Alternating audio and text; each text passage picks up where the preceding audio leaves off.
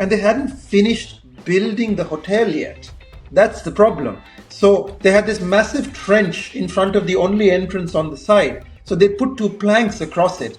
It was like something out of Dukes of Bloody Hazzard. I had to drive across the planks, and as I drove across the planks, no lie, the planks broke. The reviews. It can easily do the news. It could probably do the reviews as well, but it can't do the opinion stuff. Or operating a car. Because I see Dad is in the car. He's always yelling at somebody. Oh, that fella! Look at him. He cut me off. And they're like, well, I don't want to do that. Why should I want to get stressed doing that? How can you, for want of a better word, titillate an audience with a vision of a future that already exists today?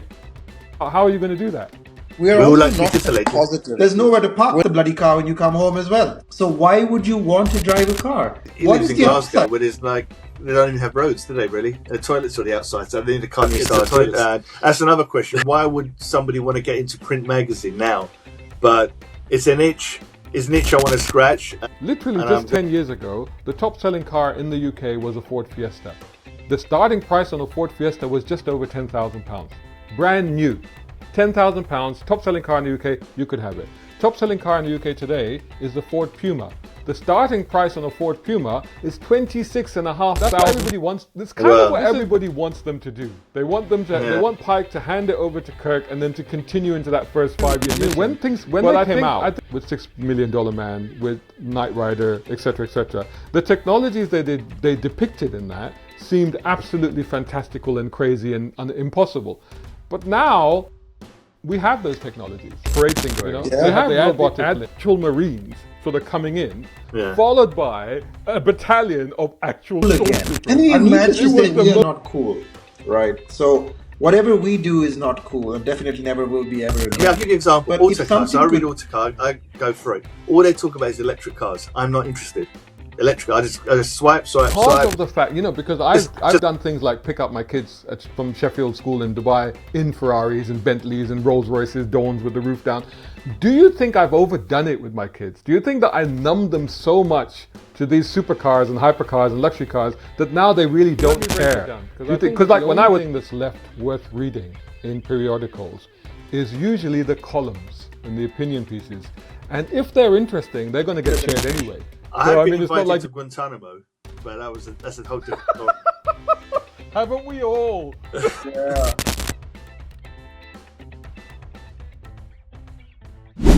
Have you been watching any of the Starfleet Academy? I've watched it. It's actually a lot better than I thought it would. Yeah, me too. I wasn't very hopeful, and I didn't really like the idea of it. But I think out of the 4 episodes, 1 has been a bit dud, but 3 have been quite good actually. I was a bit confused about the Chancellor because she's apparently 300-400 years old, and I was like, yeah, she's a Lanternite. Apparently. Yeah, I had to Google it. I found it on Wikipedia that she's not actually human. Yeah, no, she's not. She's been around. So in the universe that this Starfleet Academy exists in, she was around pre-Burn, so she knows how the Federation was from before, unlike a lot of other people. Do you know all the people who are looking at us now are just thinking, what the? What have they stumbled into? Stargate is coming back. I always had a problem with Stargate. Can you guess what that might be? Very militaristic. No. I mean, we have Star Wars and stuff. It's more of a documentary. Well, this is it. I thought it was the misappropriation of Egyptian history and culture. That was. Let's see what Imthishan thinks. But that was my take on it. Oh, hello. How you doing? What are you doing? Are you horizontal? I am horizontal. Do you want horizontal or landscape? That's the same thing. Same. What do you want? I want landscape. I am landscape. That is landscape, okay, because I can't see the full thing at the moment, so that's landscape, yeah, because otherwise it becomes difficult in the edit later. And why are you all kind of, cut out and stuff? Because my background is a horrible mess at the moment, but yes. Right. In the middle of cleaning up the house. Yeah, I didn't realize you could do a background on this software. What are you going to do, a Batcave now? I'm building a real one soon. So we were just chatting about Star Trek, Starfleet Academy, and Sai mentioned Stargate, and I said to Sai that I've always had an issue with Stargate, And I said, and he said, what? And I said, I always feel there's been a misappropriation of Egyptian history and culture. I mean, it's just Why are you Stargate. jumping? Can you stop jumping up and down the screen? Try to get the camera all lined up. What has Stargate done to you? It's this whole thing about, some aliens must have built the pyramids because the Egyptians weren't smart enough to do it. Pretty true. Oh, he's disappeared now. Look, see, We should tell everybody this is a car podcast. It's a car. Oh, right. Just better remind everybody. A brown car guy.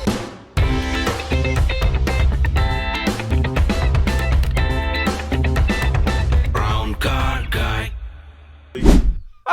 Welcome to the Brown Car Guy episode, BCG Therapy Podcast, first episode of 2026, and I'm joined by these two troublemakers, Sai from the Drivers Unit and Imthishan.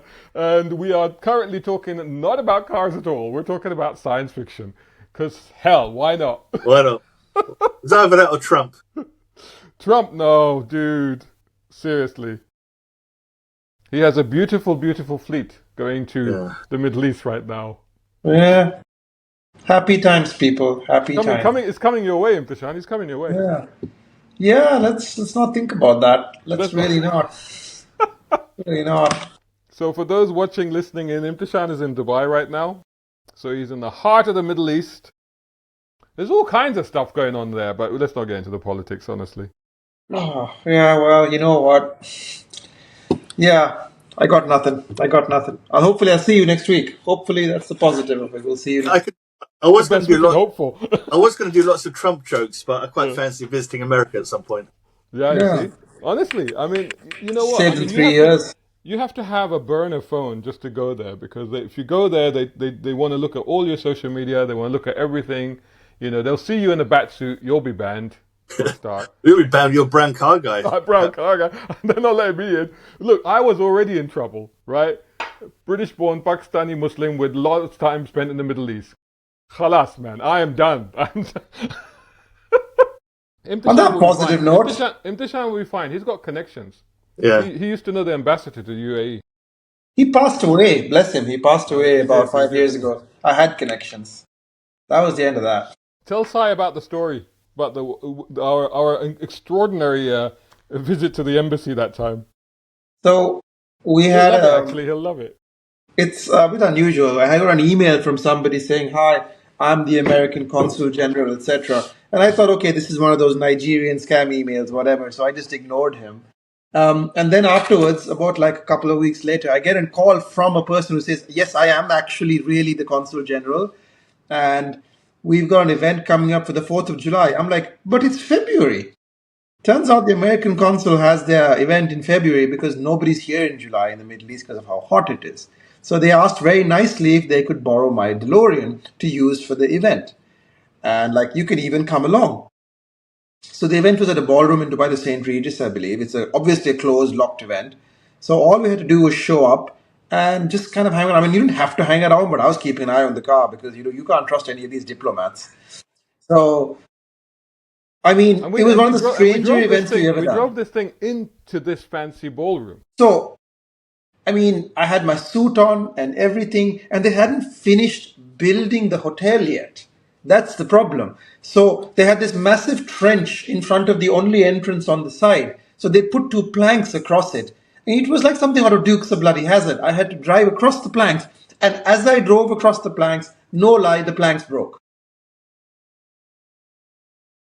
It was very sketchy. I gunned it, and I think I just about made it without dropping into the hole. I said, how? And I thought, as I went over there, I thought, well, how am I going back? I'm like, that's later Imthishan's problem. How are we going to go back where we're going? But because it was so difficult to get in because of the plank problem, there was also a security sweep that had to be done for obviously, explosives or whatever. So they had to do a private sweep of the area. That means we had literally, I think it was 60 seconds to get into the place. So we're driving through the place. But cars and carpet don't mix very well because carpet tends to get caught under the car. So essentially, I was trying to drive through this very expensive five-star hotel while managing the carpet issue, because every time you stop, the carpet slides. There's a very famous video in the media which shows exactly what happens. A very famous journalist, Alain de Cadenet, basically hit the brakes just to screw people over, and they all fell down. And while I was doing this, people are also taking pictures and video. And I'm like, guys, we can do that later. I need to get into the ballroom. And then when we get to the ballroom, DeLoreans are really easy to get out of because the doors go up like this. However, it is also an extremely wide car. And the ballroom doors are only so big. I think you could sneak like an envelope past either side of the car as we just chucked it in, closed the door, and then a security sweep happened. And that was all before the event even started. It was... And then the flux capacitor, nuclear reactor. Oh, God almighty. I haven't heard that one before. Yeah, no, but I'll tell you what. Forget about that. The reason why, tell them why they wanted a DeLorean. They had a theme. So when we got in there, I realized again that they had a theme which was basically the film and cinema. Turns out the consul at the time was a big film and cinema buff. So he wanted to essentially one-up the ambassador in Abu Dhabi. Who had some other, I can't remember exactly what he done, but he was very unimpressed and he said, I'll do something better. So I'll do a film event. So they had Stormtroopers. They had film stills and they had a DeLorean. And for the life of me, I don't know why the American embassy was doing it, but they did it. They did it. It was huge. They had Stormtroopers walking around in this, let's be honest, diplomatic celebration in February of July.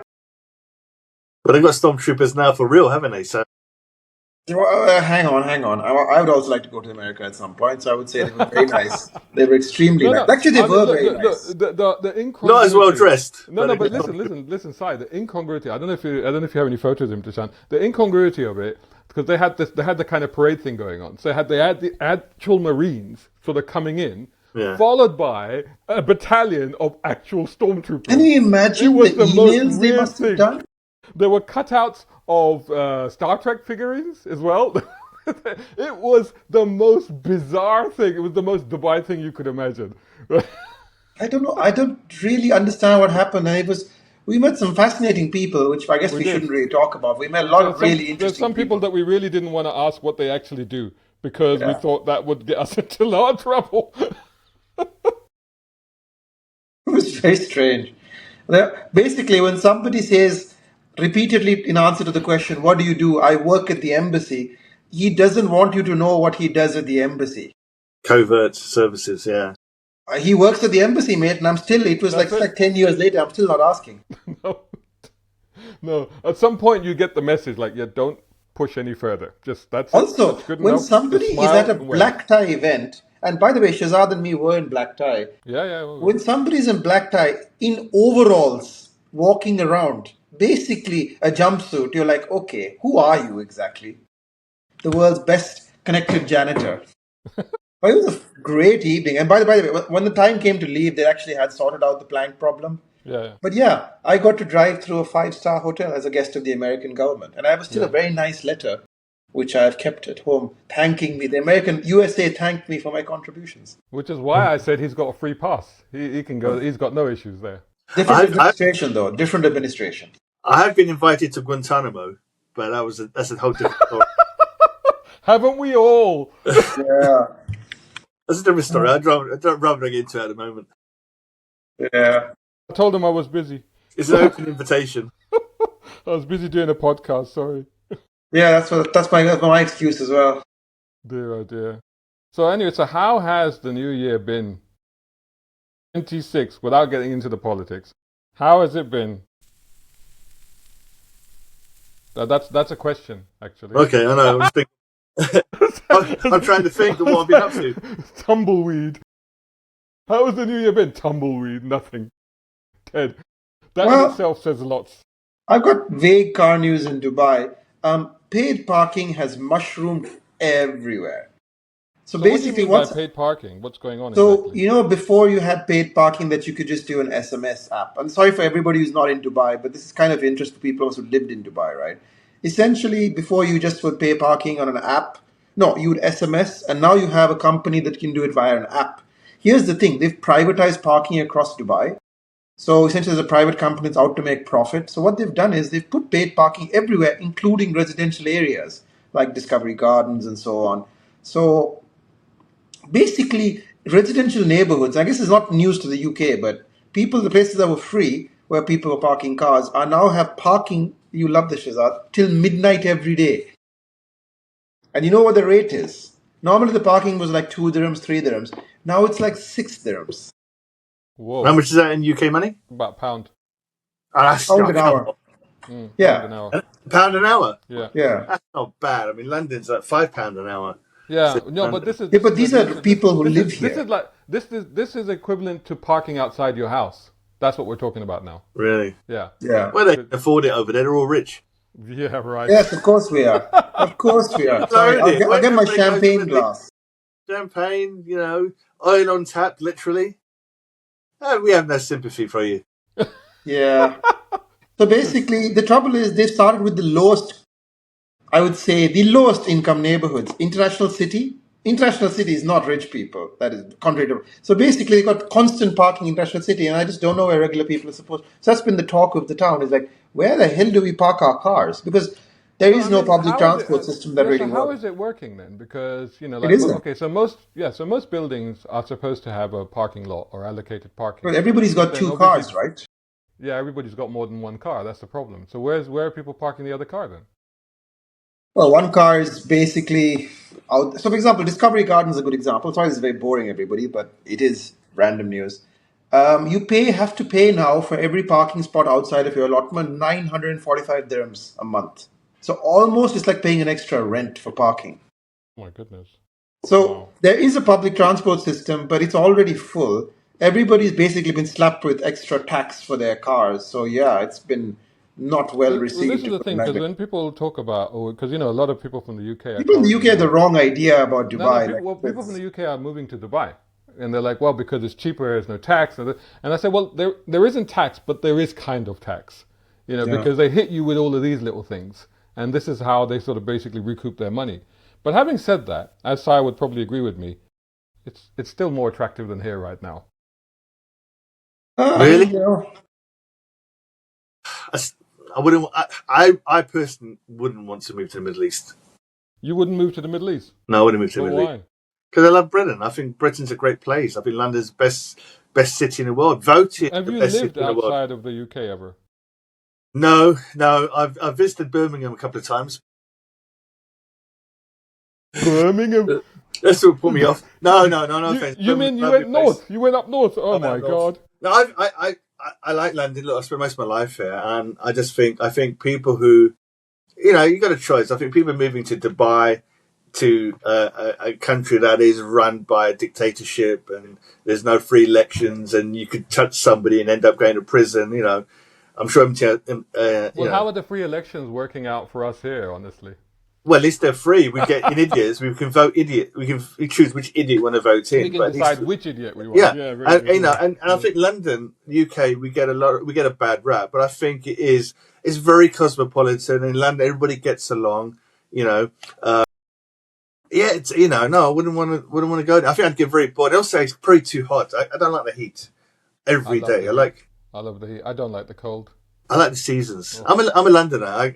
It's in my blood. I can't. Unfortunately, He's a Londoner. He is a Londoner. That's what he is. I mean, mate, You should put a flag up. Where's the flag? technically, I'm Why a haven't you as well. raised the colours?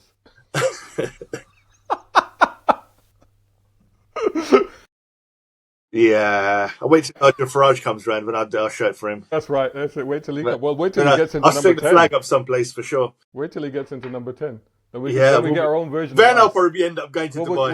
we'll get our own Stormtroopers then as well. Yeah. Not good. So you're asking, what's new with 2026 for me? So I've actually been working every day, Christmas Day, New Year's Day, literally working. So for me, this is probably the busiest I've ever been in my entire life. So I'm actually trying to finish off 10 photo books. I've got 2 magazines, which I haven't even started. And that's another question. Why would somebody want to get into print magazine now? But it's an itch. It's an itch I want to scratch. And I'm launching that this summer. Got some really nice stories to put into it. We have our Concours event, which is a judge for, which is now changed from last year. It used to be called the Drivers Union Concours, but it's now called the Union Concours. That's cool. Union Concourse sounds cool. But Union before Concours. you go on with that, I want to put this to Imthishan, because as you just said, why would somebody launch a magazine right now? And both Imthishan and myself are from magazine backgrounds. What do you think, Imthishan, of Sai publishing not one, but he's launching 2 magazines, in fact? Good for him. I think there'll be a niche market for them. It won't be a mass market thing because you can't print the numbers to be in every newsstand. Oh, wait, newsstands probably don't exist. But I think there is always an audience for print stuff. Like the Road Rat does pretty well, I think, in the UK. So there are a lot of good magazines, and I think somebody needs to cater to these people who say, "Oh, I so miss car magazines." Well, okay, put your hand in your pocket and buy one, you know. And there are people who do like things like the niche stuff, Land Rover Monthly, Octane. I hesitate to call it niche, but it is still, classic car magazine. It does okay. So there is a market, but at the end of the day, you can do all the studies, you can do all of the planning and plotting, but you just got to do it and find the audience. This is not a MBA deck-led proposal. This is about passion and hoping that people connect with your writing. So yeah, good for you. Go ahead and do it. Well, I'm doing it in a different way. I think if I wasn't running a car club, I wouldn't be doing the magazines as such. One of the magazines is the Drivers Union magazine, which is all about the club, the members. Because what I figured was I'm at these events, I'm standing around, after I've parked up 50, 60 cars, I'm standing around, I'm taking photos, and I thought, well, why don't I interview people, talk about their cars, the organizers of events that we go to, that we get invited to. What's the backstory on that? Write articles. Also stuff that we've done for the last, couple of months and the stuff we're going to do in the future. So it's great for the members. So I've got an inbuilt audience already for that. And it'll be available for free worldwide. The other magazine, which I've decided to call Auto Scura, which means auto car in Italian, and scura means dark. So can I show it? Because you sent me a picture, didn't you? Or is that secret? No, you can show it. It's there. The website's up. Autoscura.com. It looks fantastic. Well, that's an AI generated thing cover, which I just asked it to do.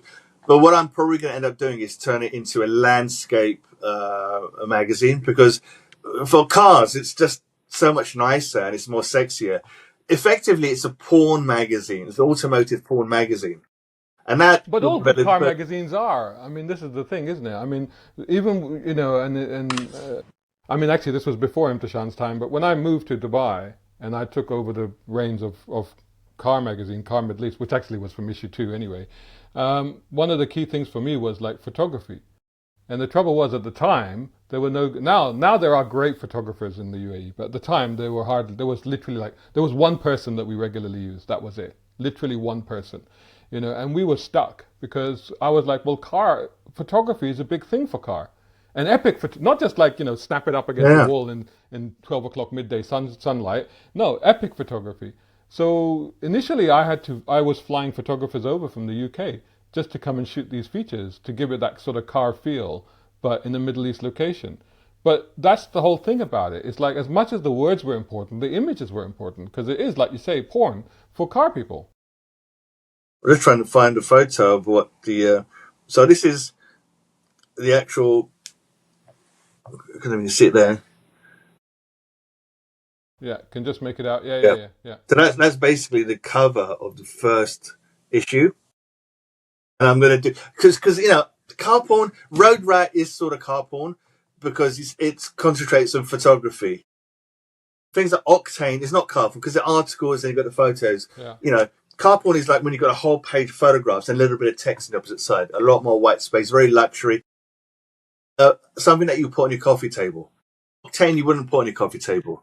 Something like this, what I'm trying to do, or Road Rat maybe to some extent, you would put on a coffee table. So that's really what I'm getting towards, because it's more creative, it's more sexier, and it's about stories. It's more about the owners and interesting stories and the people. It's something different. It's totally different from Drivers Union, which is why I've had to segregate the two things.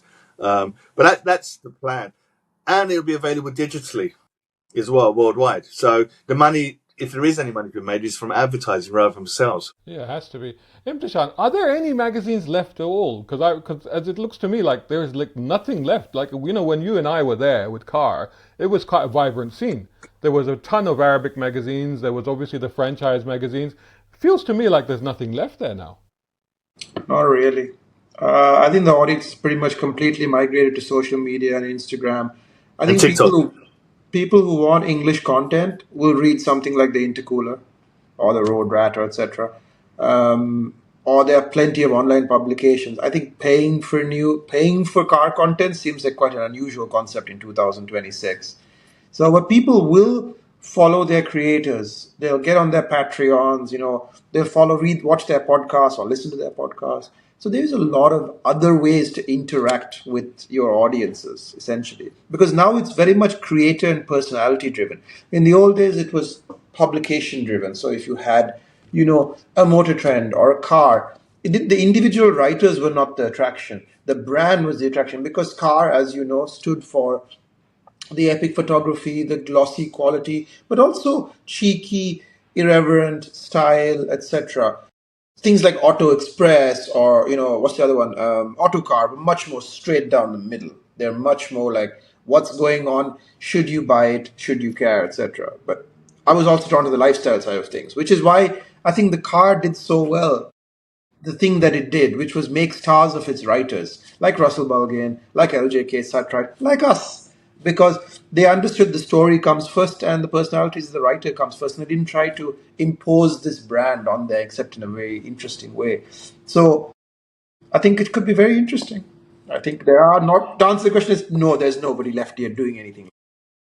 Yeah, I subscribe to this website called Magster, Magzter. Yeah.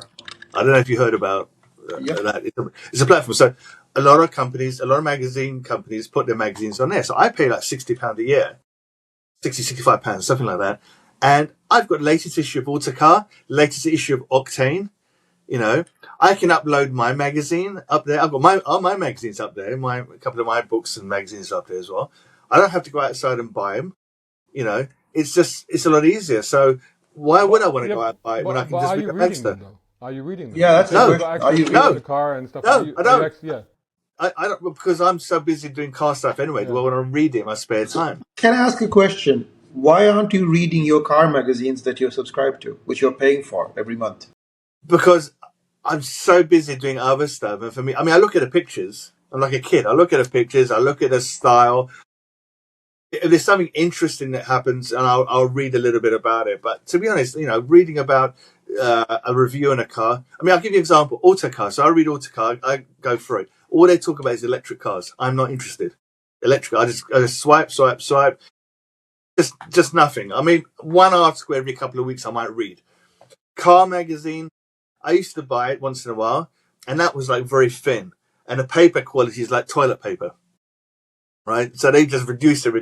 It's not much at all. So, it's nice to look at the pictures and stuff, but I don't really look at many magazines, to be honest. It's like when you get too much of it. I've got access to everything now. Before. Well, let me break it down, because I think that the only thing that's left worth reading in periodicals is usually the columns and the opinion pieces, and if they're interesting, they're going to get shared anyway. So, it's not like you even have to buy the magazine. If Mark Rutherford, like I shared a recent column of his on my Facebook page because I thought, oh, that's quite interesting, and that was worth reading. But in terms of the news stuff, that's not worth reading in news magazines anymore because we get that well before the magazines do. So who cares? There's no point reading that. In terms of the reviews, nobody's reading reviews. They're watching them on YouTube. So nobody's reading the reviews. So the only thing that's left worth reading is the opinion. Is an opinion from somebody that has experience, gravitas, that sort of stuff. And it's also something that AI can't replicate. AI cannot replicate that. AI can write the news. It can easily do the news. It could probably do the reviews as well, but it can't do the opinion stuff. That's the thing. And the other thing is a lot of the people. Certainly the people I know, and I don't want to say it in a bad way, but they're getting old. They're going to be dead soon, and those stories are going to be gone forever. So what I'm thinking of myself is I'm a historian. I want to gather all these stories. What was it like when you bought this car? What was it like looking after that particular Lamborghini or DeLorean or whatever? That's what I'm trying to do, and I think that is where there is a demand for. But doing a review. I mean, in the old days, years ago, I would say, "Oh yeah, I love to review the latest Ferrari, latest Lamborghini." Well, they're not going to give it to me, and if they did give it to me, they're giving it to everybody else. And if they're giving it to everybody else, they're going to be a lot faster in doing a review. So why should I do? What's the point? If someone asks me, I can do a review on a Lamborghini Revolto, I said, just read Evo magazine. They'll do a better one than I could ever do. But if you want to hear stories about what it's like to own one, yeah, because Evo won't, these magazines won't say anything, won't write anything negative, because the manufacturer go, well, you're not going to get the next car. Whereas I could turn around and say, interview someone who would turn around and say, my Revolto is breaking down every week. But is it true? Is really? Okay, I'll write that down. Lamborghini, I like it. See, that's like the next level of it. See, this is where, as a journalist, because people ask me, well, what's more reliable? And I say, well, I can't tell you what's more reliable because I don't live with these cars. I review them. So either I'll review them, I'll drive them over a period of, an hour or a day or whatever, or at the most I might have them for a week, That's all I can tell you. I can't tell you beyond that. For that, you need surveys. For that, you need reader reviews. For that, you need the other stuff.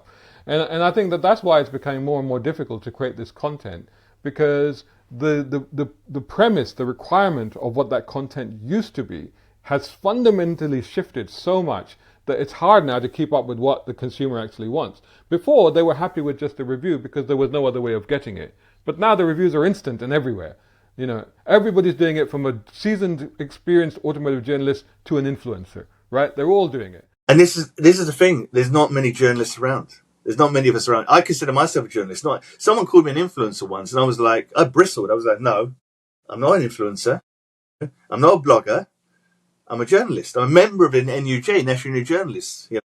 And you're a journalist.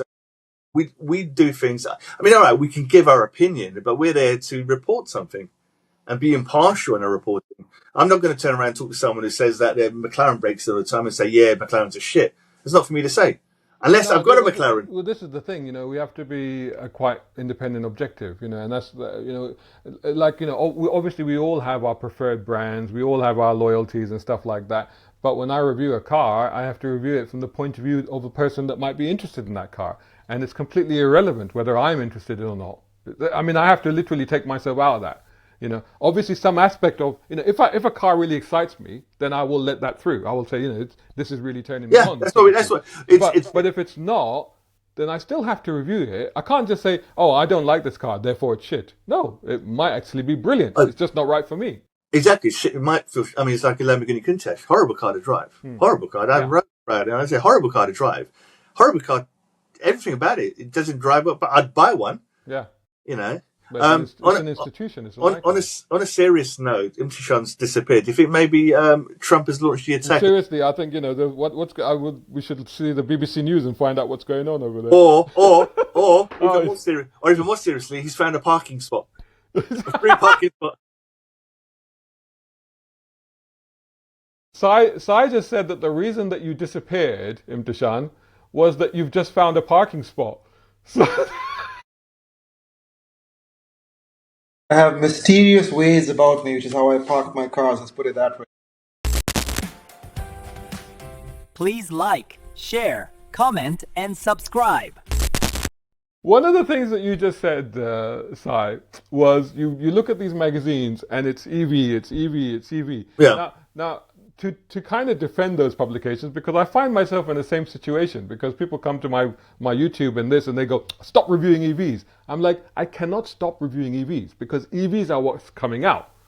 I think I'm attending the launch of 2 new EVs next week, and then 3 more I'm driving next month. So it's inevitable, right? There's nothing else out there. If there is a petrol car or something, then we review it. But we are duty bound to review whatever new product is coming out. We have to do that. Are those EVs Chinese?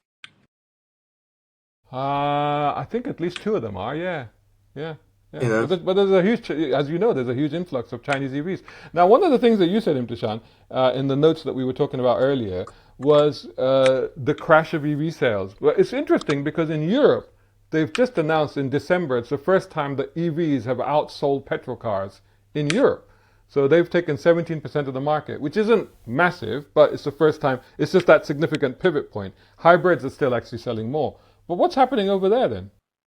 Um, Much of a muchness. It's pretty much hybrid market at the moment. It's Chinese cars they're pushing in pretty hard. That's really happening. Electric cars are going okay. They're kind of seasonal. They do fine in the winter. In the summer, not so much because the weather really takes a hit on electricity and ACs and so on. Although the new Teslas apparently are not bad, but by and large, they're doing okay. I would not say they're kind of the novelty has worn off for a lot of people. I feel like everybody sort of has had one now, and they've had issues, etc. Or they just don't want to wait around for charging. So for a lot of people, taking kind of a wait and see approach. But the Chinese are rolling out a whole lot of plug-in hybrids, and those are very popular. Honestly, not plug-in hybrids, just straight up hybrids. Like everything is hybrid. The interesting thing in UAE is what sells now weirdly is horsepower. So, for example, you have the Jetour G700, which is like a claimed 900 horsepower, which is a little bit silly because it's running from a 1.5 turbo. There's no way you're getting 900 horsepower from that. But for about a quarter of a fraction of a second, you might get 900 horsepower. Well, that's good enough for people. So stuff like that. For that parking spot. For the parking spot, when you find the parking spot, you go boost. Yeah, exactly. So it is it is right because you must have you been off road in one of these EVs then? Yep. I can tell you that they don't are. they just suck up the charge? I was going to say, don't they just suck up charge in like that? Because I know one of the things the off-roading style in the Middle East, just to let everybody know, is very different from off-roading here in the UK. Here in the UK, it's gently, feel your way, blah, blah. No, in off-road, it's like full power. So Yeah, how do no, EVs even survive that? they do fine. The Teslas and stuff do fine off road as long as you don't really care about how the condition when they come out of it. But I'll be honest with you, the newer Chinese stuff, they all have one problem in common. They're all really heavy. Like the Jetour is like, it's like 3 tons, 4 tons. I think it's actually like 6,000 pounds, something like 4 tons. Yeah, it's not light. Let me just double check this. It's 3 tons. Sai is like, what's a Jetour? Jetour is like it's a Chinese-made brand. It's kind of, what is it, like a Jeep Strike Range Rover? How do you spell it? It's Jetour. Jetou. Yeah. It's like je t'aime. It's like the French. It's very French, but it's extremely J'adore, popular in the Middle East. It looks like a Range Land Rover. Well, they all do. They all do. But it's It looks three big. tons. D700. Yeah, it's not a bad So car. have It's you actually driven quite that a off-road? decent. Yeah, I've taken it off road. It's really heavy. So if it gets stuck, because it can get stuck, it's got all the mod cons and toys and stuff. But because of this titanic weight of the thing, you have to be really careful about managing it. There's stuff that I can say and there's stuff that I can't say for reasons I get into off air. But let's just say that if it gets stuck, your problem is what pulls it out. Because I was going a to say, Land yeah, Cruiser what comes does along, pull it it's out? 2.5. You need something of a similar weight. It's not power. You need something of a similar weight or mass to pull it out. A smaller car is just going to bounce off it, and if you keep trying, it's going to bend the chassis on it, right? So you need something to match it. Previously, everything was Land Cruisers, so they were all the heaviest things. But now it's getting really heavy. The Hummers, for example, really struggle off road because they're darn heavy things. Those are almost what are the They're Hummer? close to 4 to 5 tons, aren't they? The Hummer The electric Hummer, weight the is EV, I think that's 4 to it's 5 tons. it's 4 tons.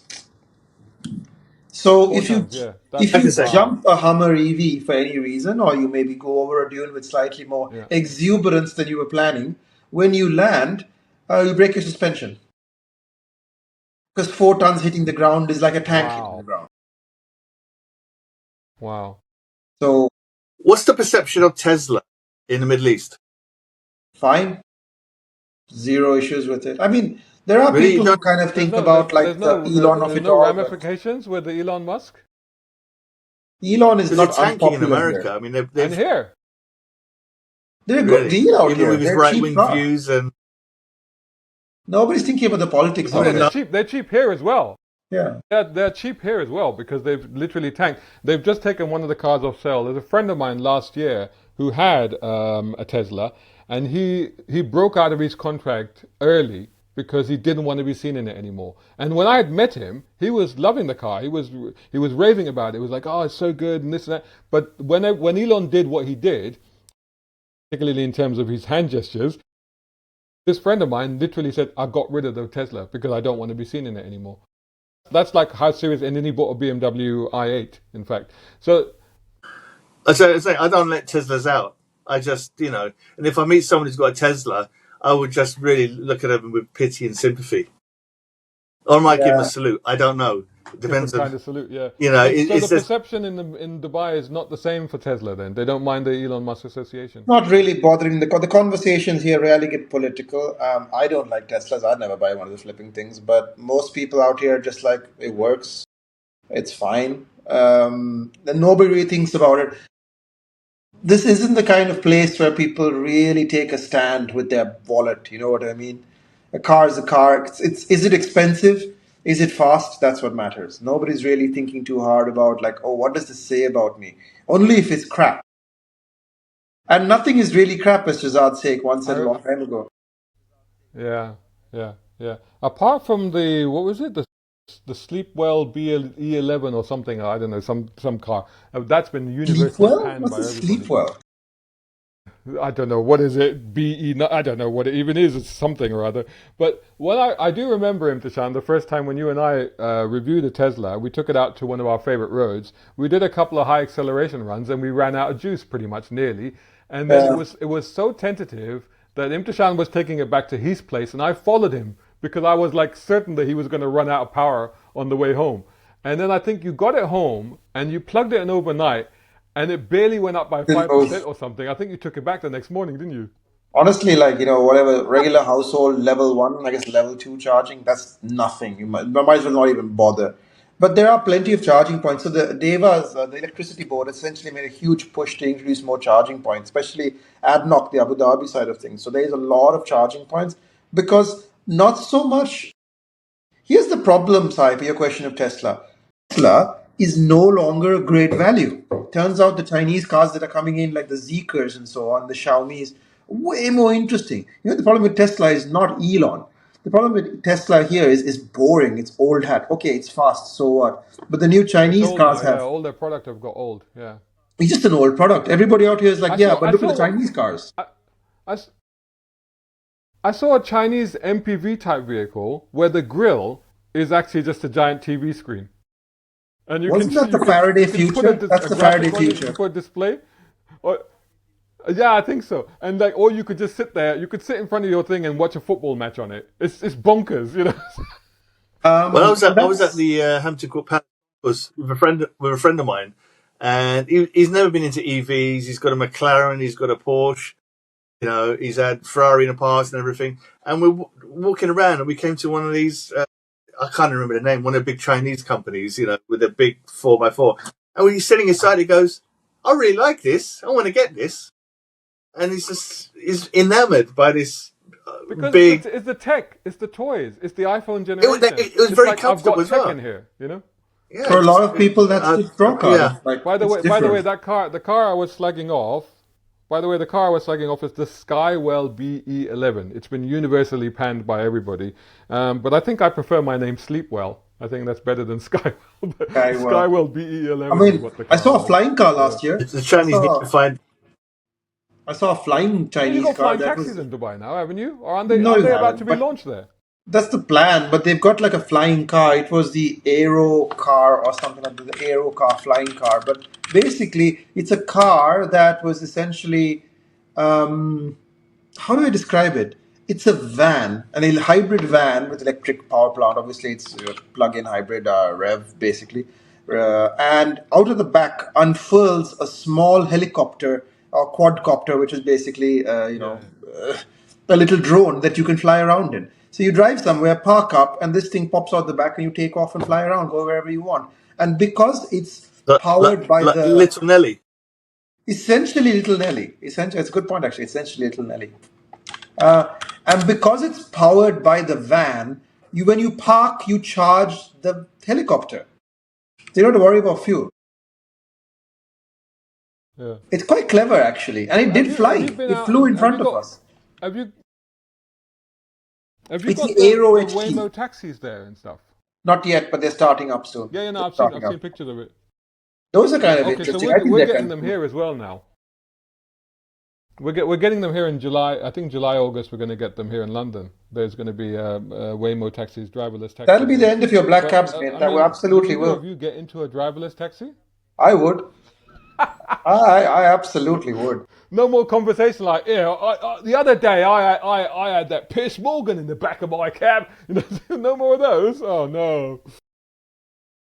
Yeah, Wasn't there in America? Something happened. There was something short circuit or something happened, and all the Waymos just stopped wherever they were parked, wherever they were, middle of the road, couldn't move. That's what's going to happen. I wouldn't get into one. I just feel very, I'd be too busy trying to grab the steering wheel. Well, I put a story up. You're talking about connected cars and connectivity and stuff like that, and I did put a little video up a few weeks ago, which is actually getting a lot of traction on Instagram, about the fact that Porsches all stopped working in Russia. And people speculated whether that was nefarious purposes or whatever. But in fact, it wasn't. I think it was just an error. Because Porsche has basically sanctioned America, all these cars, they basically communicated back to base, if you like, to make sure that the immobilizers were okay. And the system was down and it just locked them all. So they couldn't go anywhere. And they couldn't get them fixed because Porsche had blockaded Russia, if you like. But it was a case of just resetting them. But it did give rise to this discussion, which is actually real, that you can remote stop or take control of these cars, and that is actually a real thing. And at the moment in America, it has happened with some police forces where they've been able to stop drivers and stuff like that by taking control of the car. If we get into war with China. Yeah, exactly. Well, we're all buying Chinese cars, and if we have a war with China, they can just go, right, stop all their cars. Or use them as weapons. Or, well, what was that? Who was it? Was it Alan that we had on last time? Was it Alan or somebody else that was telling us about MGs that had been bought by the Ministry of Defence here? I don't know. I can't remember. Maybe there's stuff I'm not supposed to say. I don't know. But I've said it now. They're buying MGs so they don't get hacked. I remember. Yeah, there was something, wasn't there? And there was like they bought a load of MGs, and then they told them, right, you can't actually bring them to base. You have to park them like 3 miles away. You can't actually bring them. So they supplied their staff with these cars, and they said, but you can't bring them here because they were worried about the Chinese spying on stuff. Actually, we'll just buy Ford Capris and Escorts, the old Escorts. So this is the thing. Should we all just go back to old classic cars, which are simple analog things? Yes, because they were better to drive. They're more fun. They had more character when they break down. They were it's just more fun. But that's because we're old. Now, let me tell you a very sad story. This is very depressing. Seriously, it's really depressing. Please support Brown Car Guy at Ko-fi.com, Patreon.com, or here on YouTube. I have a 16-year-old son who you met. He's 17 in March. I've been pestering him for months to get his provisional license. Doesn't get around to it. Not interested. He's going to be 17, in mid-March, where he can take driving lessons. And I said, "We'll get you a car. You can drive my car. Yeah, you can go out and do something." What's happened to kids? He's not the only one, man. I can raise you that easily. Imthishan knows Junaid very well. Junaid's celebrating his 26th birthday today. Oh, today right. is his 26th birthday. Hang on, Junaid is 26? He still doesn't have a driving license. No! Junaid is 26? Yes. Junaid is nearly 30? You feel old, Imthishan. I'm calling it a day. Junaid is nearly 30? Imthishan has literally seen him grow. Imthishan has literally seen him grow up. He can't drive. It's like, for me, if you can't drive, it's like a handicap. Okay. I think that's an interesting topic, though. Like, My dad's Brown Car Guy. I think that's very interesting because you're growing up right in the middle of Car Guy Central, and you're not interested in cars. But think of it the other way around. No. Why would you? Neither of my kids. Lena is 20, and she's not driving. Junaid is not driving. But don't forget, we live in London. Yeah, but it's like my son. I said, let's go in a Ferrari. Let's go for a cruise. We put the roof down. We go for a cruise in the Ferrari or the Aston. Actually, I have a question for Imthishan. Do you think because of the fact, because I've done things like pick up my kids from Sheffield School in Dubai in Ferraris and Bentleys and Rolls Royces, Dawns with the roof down. Do you think I've overdone it with my kids? Do you think that I numbed them so much to these supercars and hypercars and luxury cars that now they really don't care? Do you think? Because like when I was a kid, if I got, I remember being like because my dad didn't used to drive, and I remember being a kid and uncle turned up in a brand new Volvo 240. And we got a ride in it, and I was all made up. I was like, "Oh my god," But nowadays they're like, whatever, we don't care. What do you think, Imthishan? Because that my kids have been in everything, but now I think it's not about you, Shazad. I think in general, the cars are not cool because nothing is making them cool. I said this before. There are no movies. There's nothing happening. There's no events that they're interested in going to, but dad is dragging them to this and that. Why would they? I'm looking from the kid's point of view, and I'm like, I can go everywhere. I get driven everywhere. I can use my phone while I'm traveling. I don't have to drive. I don't have to get stressed about driving or operating a car because I see dad is in the car. He's always yelling at somebody. Oh, that fella, look at him. He cut me off. And they're like, well, I don't want to do that. Why should I want to get stressed doing that? And then if I want to see my friends, it seems to be faster to take public transport. There are plenty of people in Dubai who don't drive now. Plenty of kids in Dubai, and they've grown up in taxis or the back of Ubers or Lexuses as we have them out here. Why would they want to drive? And the joy of driving is something you don't understand when it's constant mind-numbing traffic. And by the way, to return to our bet noir, there's nowhere to park the bloody car when you come home as well. So why would you want to drive a car? What is the upside? yeah, What is the upside? Actually, that's what one of my sons says. He goes, "Oh, you know what? Oh, it's so much traffic. It's all traffic all the time. We're just stuck in traffic, and he's just not interested." The older one's more interested in cars, but he lives in Glasgow. He lives in Glasgow where there's like they don't even have roads, do they? Really, the toilets are the outside, so they need a car to get to the toilets.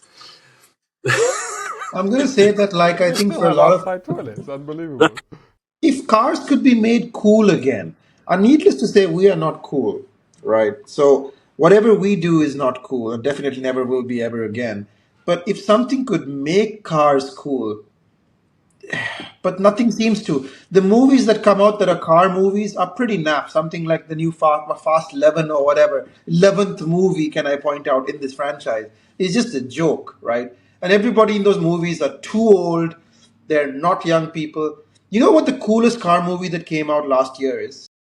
It's not any of the stuff that people made. It's one battle after another, the Paul Thomas Anderson film, because it's got two great car chases in it. And one of them actually featured a millennial. And it was one of the smartest car movies I've ever seen about the casting of the cars and the people driving the cars. And it had an actual car chase with a Charger and a Mustang. And of all things, believe it or not, a Nissan Sunny.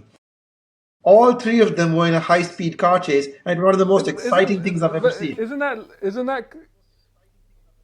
DiCaprio? Isn't that? You need to get out more. Yeah. But it was great. I loved it because it had something to say about the characters. Right? Yeah.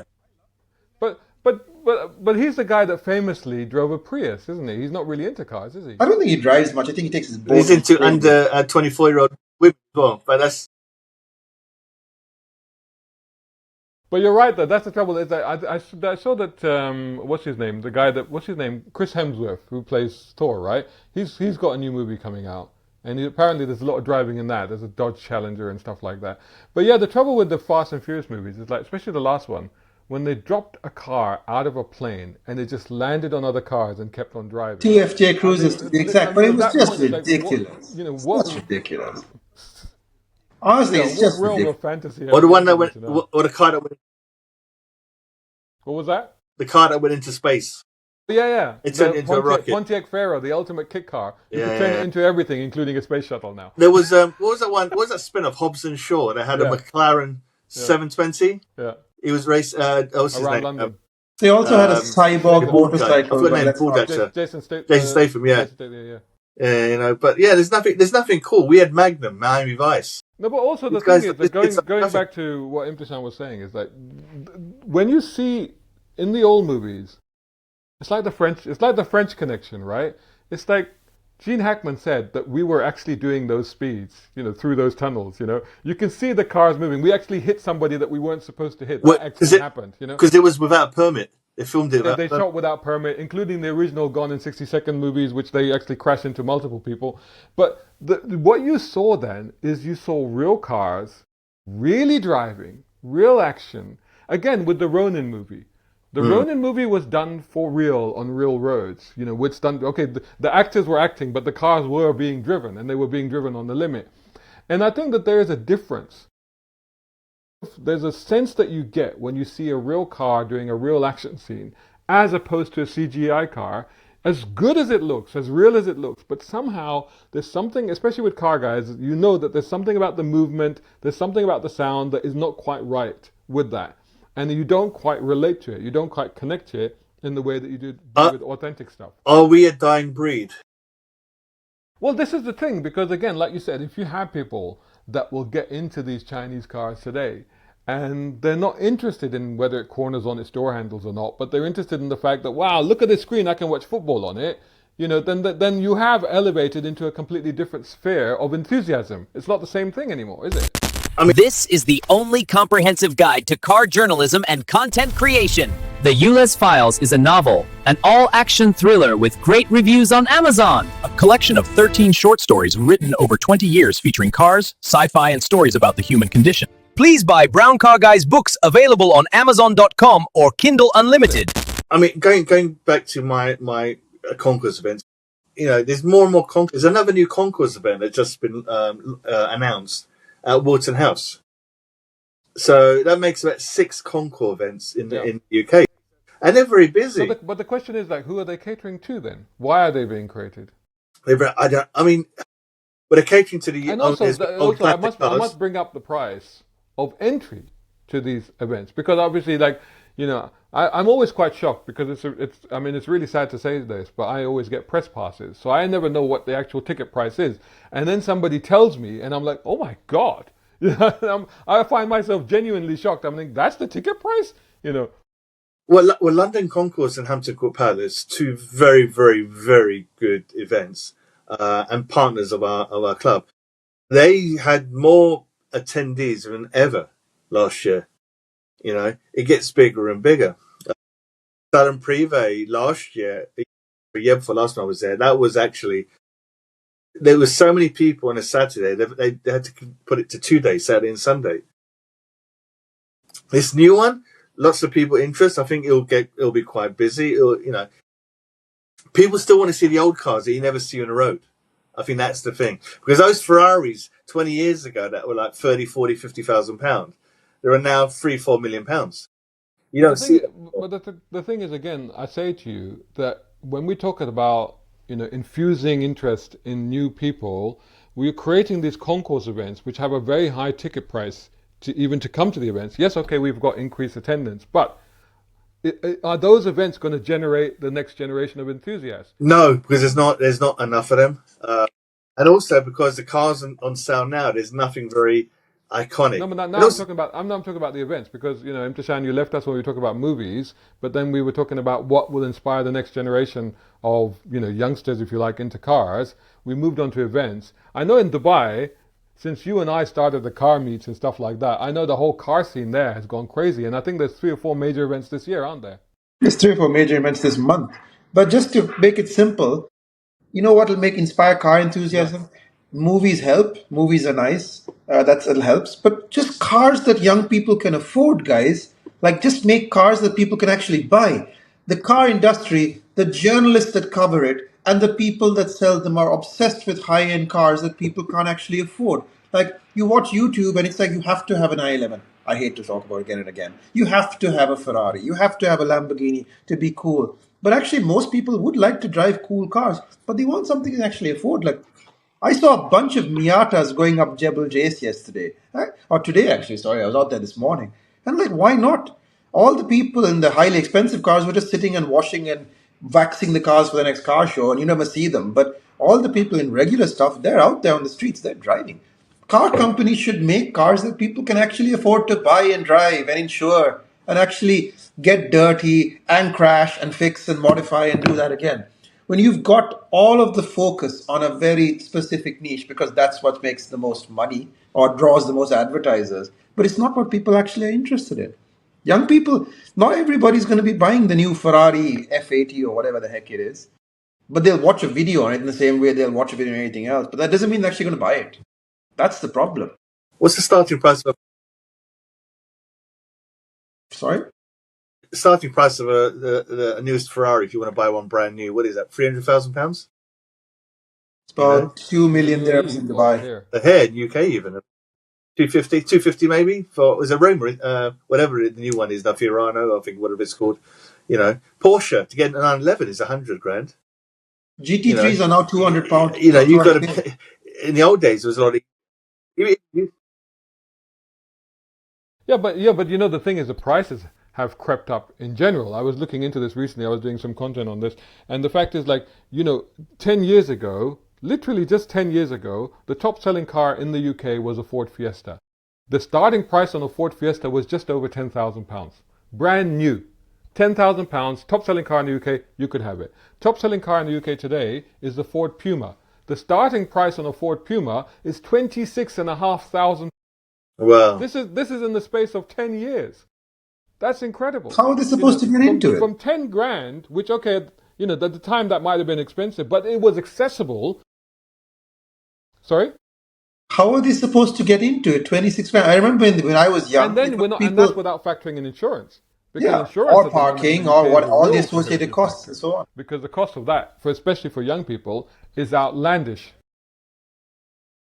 So how do you expect young people to buy these cars? Insurance has gone crazy. My Type R isn't cheap. It's literally for younger people. There's another reason they don't want to get into it. They're like, well, the insurance is going to cost me more than the old banger that I'm going to buy as my first car. Yeah, and they've got other problems like finding a place to stay, even getting a job. I mean, most of them can't get a job because AI is coming in. I don't want to go down pessimistic alley. Pessimistic alley. Pessimist alley. But you know what? I think our economy is going to go to shit. I think AI is going to cause problems. The Americans are causing us problems economics wise and everything else. I think we're out of Europe. That's not going to help. I think in the UK and in a lot of countries, we are basically buggered in the next 10 years. And I think buying a flashy car is going to be the least of the problems. Yeah. The middle market just seems to be dying out. I've talked to lots of people and they're saying they're having problems. They've got a Ferrari, they've got a McLaren, whatever, but they're just saying, well, yeah, you know what, but I can't. They're worried about paying money to go to an event. Yeah, but you've got to. Yeah, but you've got a McLaren. This is, and it goes back to the point I was making earlier about, you put on these car events to generate enthusiasm, but the price to entry to those events alone, for a lot of people, because again, for a lot of people, it's not just the ticket price, but it's like, it's a day out, it's getting there, it's getting back, it's the food, it's all the rest of it. It's a very expensive day out. Well, you want to go to a car event, bring the kids down, even if you go to someplace like Brooklands, that's going to cost you about £100 plus. Yeah. Just for a day at Brooklands. Yeah. Unless you buy one of their passes, but it is, yeah. I think there's a lot of things happening, and it's not good for the industry. But what we need to do is actually try and get people motivated. That's what I try and do every day with my club drivers union. Try and get people motivated. Try and say, let's come to this event, let's do this, let's do that. Give them information, But it's a tough business. That's why I'm doing a magazine, which is even tougher. I don't know. Magazine and books as well, yeah. Yeah. Or a TV show. I really want to do a TV show. I want to do a car show. Do you think it's worth it? I mean, isn't TV? I mean, even YouTube is now getting more viewers than any terrestrial TV channel. So yeah, but the difference is, I was doing a TV. I was prepping for a TV show for Amazon Prime. Right, it was about Ferrari, and we were supposed to do 6 episodes of 1 hour each. And then from that, we decided to do 90 minutes. I had a friend of mine who's an expert in Italian cars. He could look at a car and tell you that, those the wheel bolts are wrong. That's how much knowledge he has. We were doing that. And what I found was when I told people we were doing it for Amazon, I had a lot better response. People wanted to get involved. We contacted for 2 years. I contacted everybody. I found a rare Ferrari. I found a 3-seater Dino Speciale prototype. Yeah, no problem. It was in Germany, no problem. Listen, everything. If I'd have told him it's YouTube, but I'm just a YouTuber, that was the difference. Then you've got other issues like if I want to do a TV show, then I need to have it shown on a terrestrial channel. If I can have it shown, even if it's on Channel 5, that means I can then sell it onto a distribution company, or give it to a distribution company who can then distribute it to 97 countries around the world. I can't do that if it's on YouTube. YouTube might give you money, but YouTube is still seen, even though everybody looks at it, it's still seen as like a bottom of the rank. It's like the Beano when it compared to the Times. Yeah, that's true. That's true.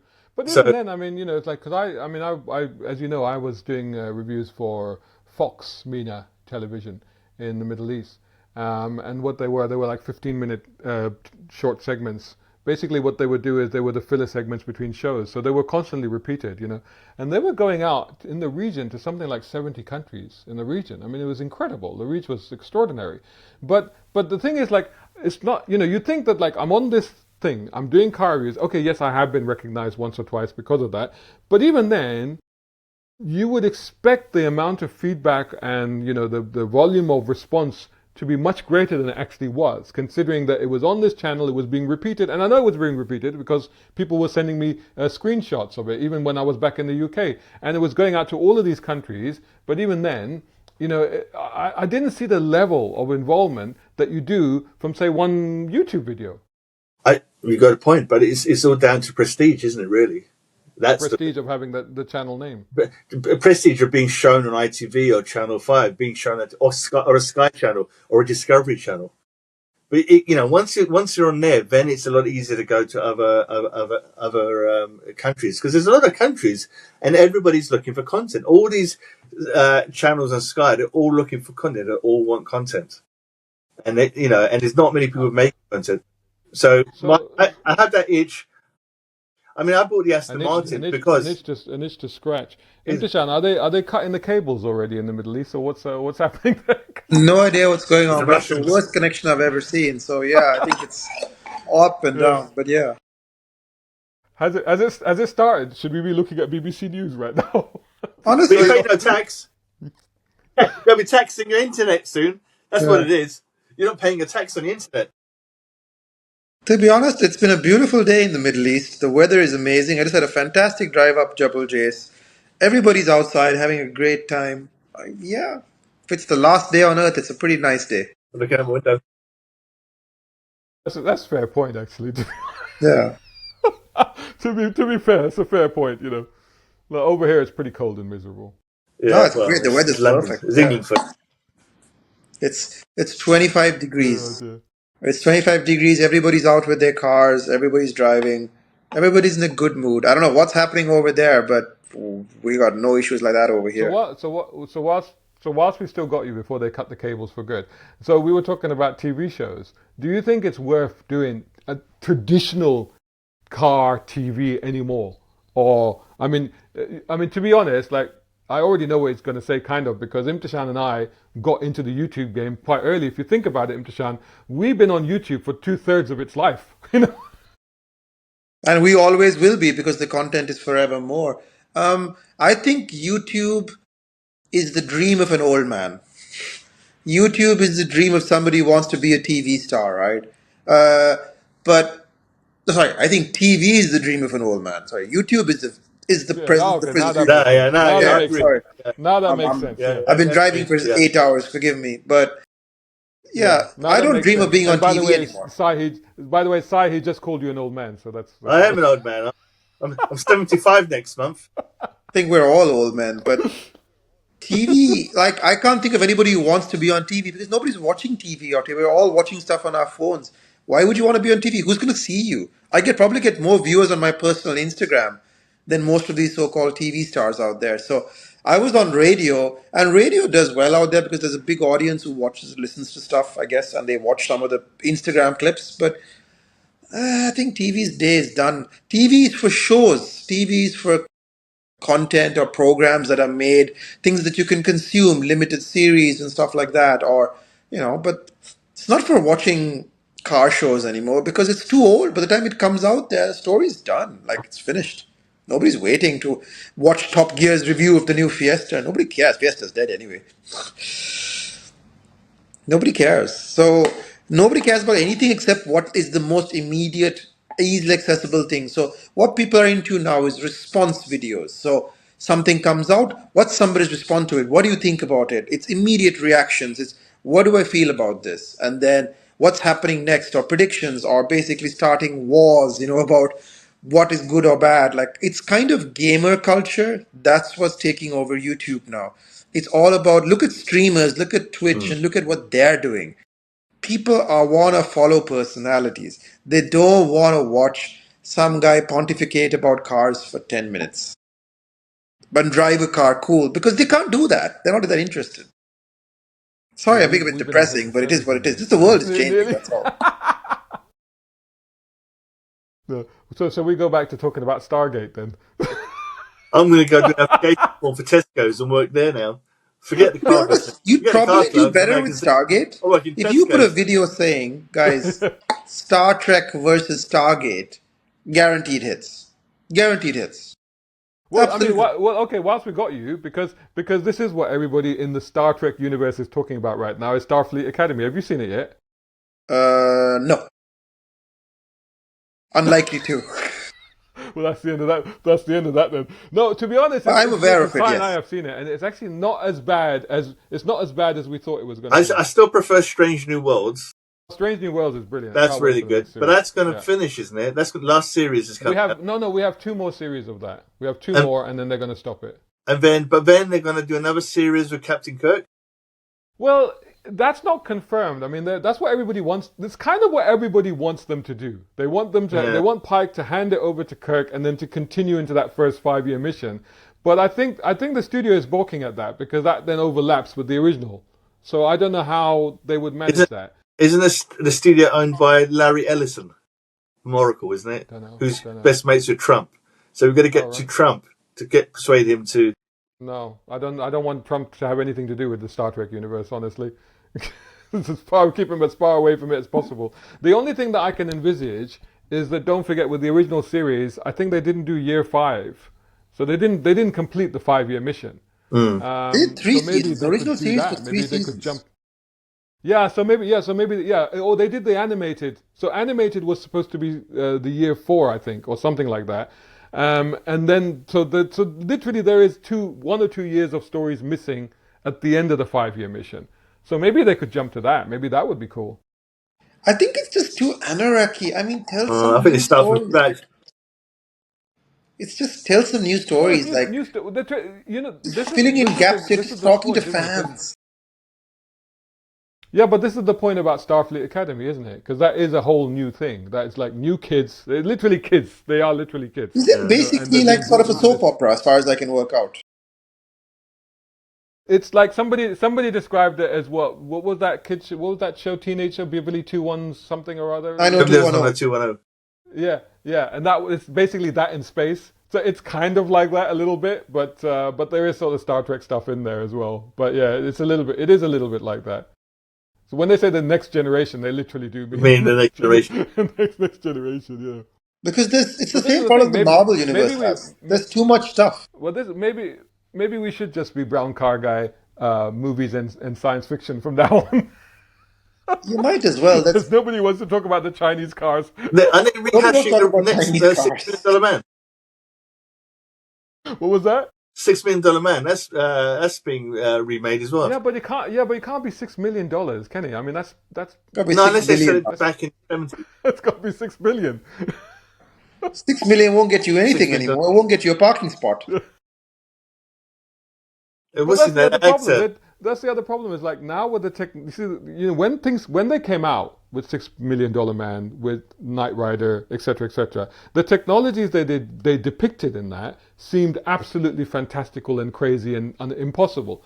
But now we have those technologies. We have robotic limbs, we have AI, we have all of this stuff. So how can you, for want of a better word, titillate an audience with a vision of a future that already exists today? How are you going to do that? We are We would also like to be not in a titillated. positive future. We're not in a positive future. We're not in a future where people are looking to it all seems a bit old hat now. Positivity, egalitarian, optimism, and so on. Now people are into the dark side of it. If you look at things like the Hunger Games, young adult culture, it's quite dark because they grew up in dark times. They grew up in a recession if they came of age in 2010. They grew up in essentially a president who was spewing war and hate and so on for a good chunk of the 2010s, the late 2010s.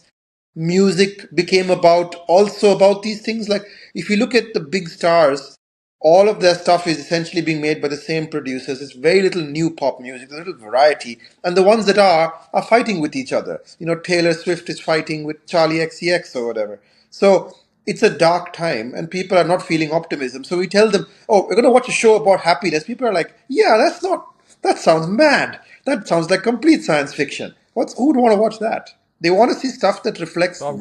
I've got a pitch then. The three of us, brown car guys in space on the intergalactic war on cars. That'll sell. War on cars. We've lost the war on cars, gentlemen. We've lost the war on cars. We have. To be fair, we have.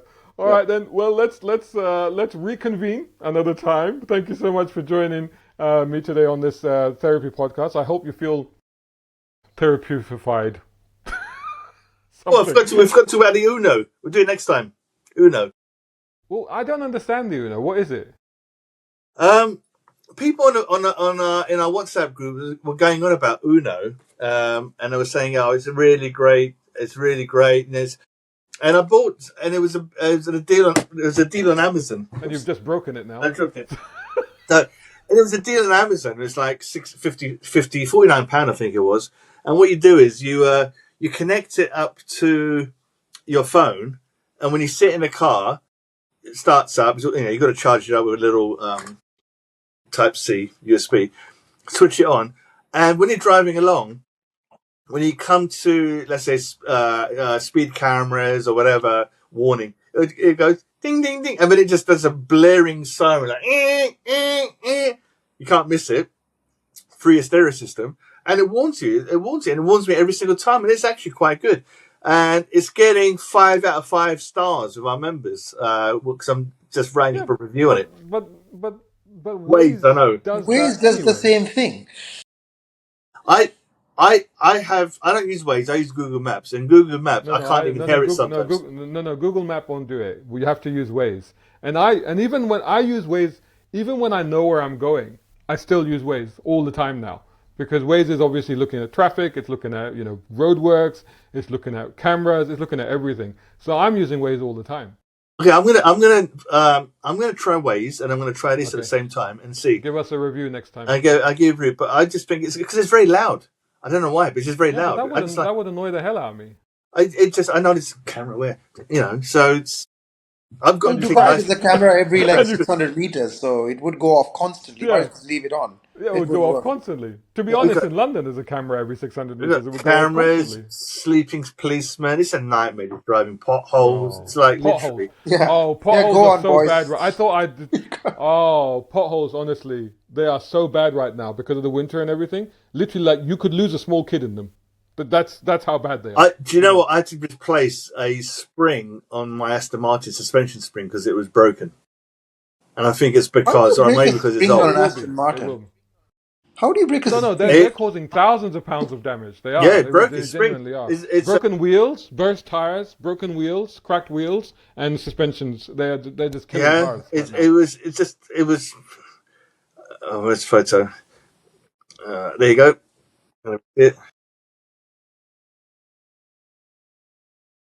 Dropped his Uno. Oh, hang on. See? It's a picture of a spring, Sai. It's a picture of a spring. I know, it's a spring. It's a spring on my suspension. But it could be a spring from anything. You didn't have to go to the effort of getting a picture of a spring. I got the picture, so to speak. Thank you for the show and tell, but I figured it out. That's all right. You're welcome. As a journalist, we should all share. But I had to put you have to get top mounts for it as well. And they said, you should put top mounts, which are like £24 each. No top mounts in the UK or anywhere in the world, apparently. And it's a back order so far, 6 months plus. And they don't know when it's going to come in. There's no top mounts. So if my top mounts are broken, I couldn't even drive the car. So Aston Martin, please get your finger out and just make some top mounts and other parts. But that's the other problem. Old cars, harder and harder to get parts from. I have a friend who's got an Aston Martin V600. You remember the V600, Shazad? Aston Martin V600. No, what's that? V600, Google it, gentlemen. It's really interesting. I think it's a Virage or Vantage V600. Basically, it was the Aston Lump twin supercharged in the late mid-90s. It was sort of last of the line. All right. Oh, yeah, I biggest see of the it. beast. It's a Virage, yeah. Virage, I think, yes. With the Virage, holes in the 600 horsepower, Yeah. right? This thing, he always wanted one. He bought it in the UK. He lives in Los Angeles, so he wanted it shipped over. So Aston Martin reconditioned the car, basically bought it through Aston CPO. They completely figured out everything with the car, did everything top to bottom. As they were driving the car onto the ramp, taking it to Los Angeles, engine died completely, absolutely. After a complete nut and bolt restoration at Aston Works. So they were like, oops, sorry, rolled it back in, and another 1 year later, the car was finally ready and went to Los Angeles. One. The 2 years. 1 2 year. years. Touch wood, mine is been reliable, but I think this summer I might sell it and get a Bentley GT. That's what I might Which do. one? I don't know yet. I'm not sure. Which one? You change your mind every time. Every time we speak, you change your mind because I like a lot of speed turbo You're as gonna well. get this. You're gonna get this free. Yeah, exactly. Depends how much money I have. Way things are Well, Which going. Aston well, is it we're again? gonna Very do it quickly, with which Bacon. Aston is it? It's a DB9 2005. Conti It's a lovely GT car. is about as ruinous as it gets, Conti GTs, because timing chains on Conti GTs, look them up. They're right at the back of the engine, so everything is engine out service. Yeah. Everything is 16 I times mean, more there's a reason- complicated than it needs to be. There's a reason why you can get a Conti GT for about 10 grand. You know, Yeah, or less yeah. even. The other option is a 911, but then I can't be in the same podcast as Imthishan. So, I like 911. Shazad knows I secretly like 911s. I know he actually loves them. But there was he did say line 11 drivers are pricks. He did say that, but Yeah. he does secretly love them. Yeah, but I do preference, but you can't beat them, join them, right? Yeah, easy to maintain as well, comparatively. It's a Beetle. It's a Beetle. Yeah, well, Get an I'm not Esprit, saying it's it's- way cooler. Esprits are cool right now. I think so. Anyway. Before we go then, what happened with the Encore? Encore. Yeah, I'm gonna hopefully next month. Next month we go and I'll do We'll have some because news. because Next I've got to podcast, do we'll the have article. we'll discuss that in a Yeah. bit more detail as well then. Cool. Yeah. All right, well anyway, thanks everybody for watching. Thanks for joining. And stay tuned. We will come back with another Brown Car Guy Therapy podcast very, very soon, talking about science fiction and maybe some cars. Shout out time, guys. Thank you so much. Hey, if you enjoy my content, why not get involved? Buy me a coffee. You can do that at either of these links. Or if you're watching on YouTube, buy me a thanks or take out a membership. It all helps. It really does.